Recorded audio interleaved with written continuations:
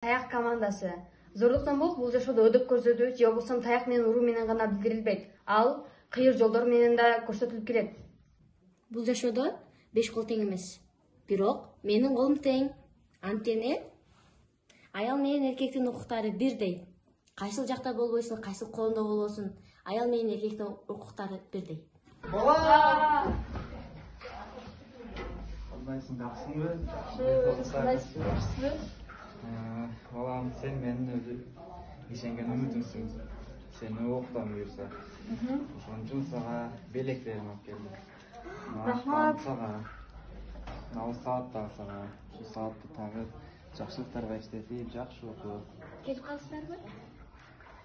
Аябай сонун саат турбайбы, Ооба. Аябай сонун, балам буйрса эң мыкты идиш, өз кесибин аркалаган адис болот. Ооба.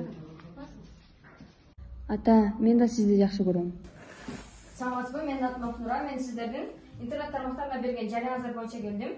Өзүм сатуу менеджери кесим.com. Бул менин резюме.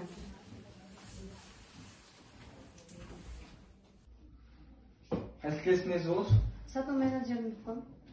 Университетиңиз. Эл аралык Алтын университетин аяктадым. Кириңиз.